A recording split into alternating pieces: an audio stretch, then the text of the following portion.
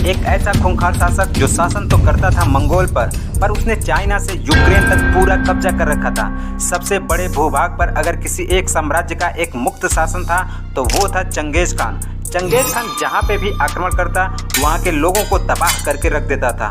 अगर वहाँ कोई बचता था तो वे थे कुत्ते और गिद्ध, ताकि मारे गए लोगों को खाकर साफ कर सकें। चंगेज खान इतना खतरनाक था कि मारे गए लोगों के सिरों को काटकर उससे मीनार बनवाता और जिसकी मीनार जितनी ऊंची होती उसे उतना बड़ा इनाम दिया जाता। जिसकी मीनार छोटी होती उसके सर को काटकर उसी मीनार में लगवा देता था।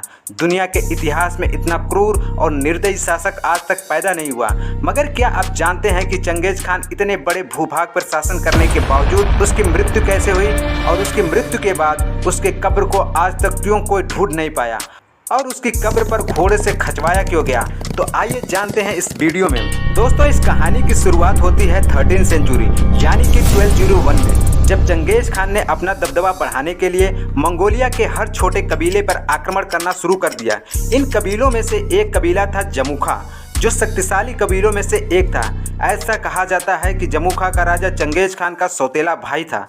जमुखा के साथ लड़ाई करते हुए अचानक से एक तीर आई और चंगेज खान की गर्दन को छूती हुई निकल गई।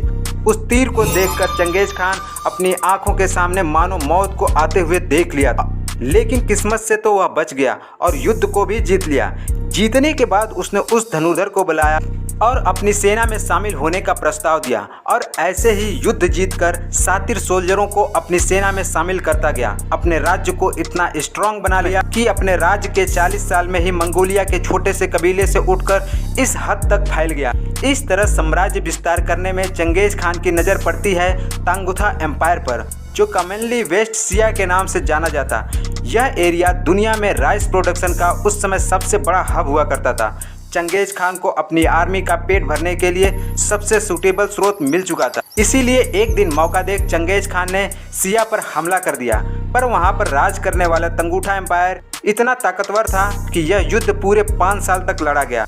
हर युद्ध की तरह इस युद्ध को भी चंगेज खान ने जीत तो लिया, लेकिन इस 5 साल में ही चंगेज खान की आर्मी के सोल्जर काफ़ी मारे जा चुके थे। इसके बावजूद भी जिया एम्पायर के लोग चंगेज खान की बात मानने को राजी नहीं थे। वे उसकी हर बात को इनकार कर दिया करते थे जो चंगेज खान चाहता था। ये सब देख चंगेज खान काफ़ी अपमानित फील कर रहा था और फिर से दोबारा जिया पर हमला कर दिया। इस बार चंगेज खान ने जिया की सिविलियन को भी नहीं बख्शा, पूरा जिया को तहस नहस कर डाला। प्रतिशोध की आग में जलते हुए चंगेज खान ने जिया के लोगों को काटते हुए आगे बढ़ रहा था। चंगेज खान के अंदर प्रतिशोध की आग इतनी बढ़ चुकी थी कि उसकी तरफ आता हुआ एक तीर उसे दिखाई नहीं दिया, जो उसके पैरों में जाके लगी। लेकिन चंगेज खान ने तीर की चोट को नज़रअंदाज कर दिया और घायल अवस्था में ही वो आगे बढ़ता रहा। चंगेज खान यह युद्ध तो जीत गया, लेकिन मंगोलिया सेना को ये खुशी ज़्यादा देर तक नहीं रही, क्योंकि चंगेज खान का यह जख्म बढ़ता ही चला गया और अनफॉर्चुनेटली चंगेज खान की मृत्यु हो गई। लेकिन अभी भी 40,000 से ज़्यादा लोगों की जान जानी बाकी थी, क्योंकि चंगेज खान मरने से पहले उसकी मरने की क्रिया कैसी होगी उसे लिख रखा था। मंगोल परंपरा के मुताबिक अगर कोई व्यक्ति चाहे कि उसके मकबरे की जानकारी किसी को नहीं होनी चाहिए तो चाहे कुछ भी हो जाए उसकी खबर दूसरे तक नहीं लगने देते थे, और चंगेज खान के केस में भी यही हुआ। इसीलिए जब चंगेज खान की बॉडी को दफनाने के लिए लाया जा रहा था तो हर उस इंसान, जीव और जानवरों को मार दिया गया जिन्होंने भी उसे देखा था। और फिर अपने राज्य में पहुंचने के बाद 2000 लोगों को अंतिम क्रियाकलाप में आने का न्योता भेजा गया।